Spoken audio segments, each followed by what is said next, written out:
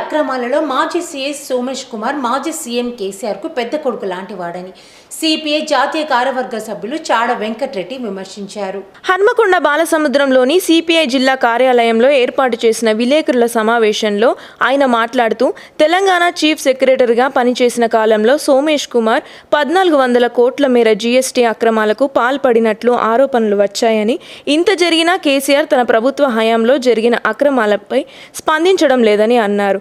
సోమేష్ కుమార్ వ్యవహారంలో కేసీఆర్ తలదించుకునే పరిస్థితి వచ్చిందని అన్నారు. ఈ విషయంపై విచారణ చేపట్టి కఠిన చర్యలు తీసుకోవాలని, ఇలాంటి అక్రమాలకు అంతం పలకాలంటే శిక్షలు పడాలని అన్నారు. ప్రస్తుతం కేసీఆర్ పాలనలో జరిగిన ఒక్కొక్కటి అవినీతి బహిర్గతం అవుతుందని, ఇప్పటికే కాళేశ్వరం మేడిగడ్డ వ్యవహారంతో పాటు విద్యుత్ ప్లాంట్ల విషయంలో విచారణ జరుగుతుందని అన్నారు.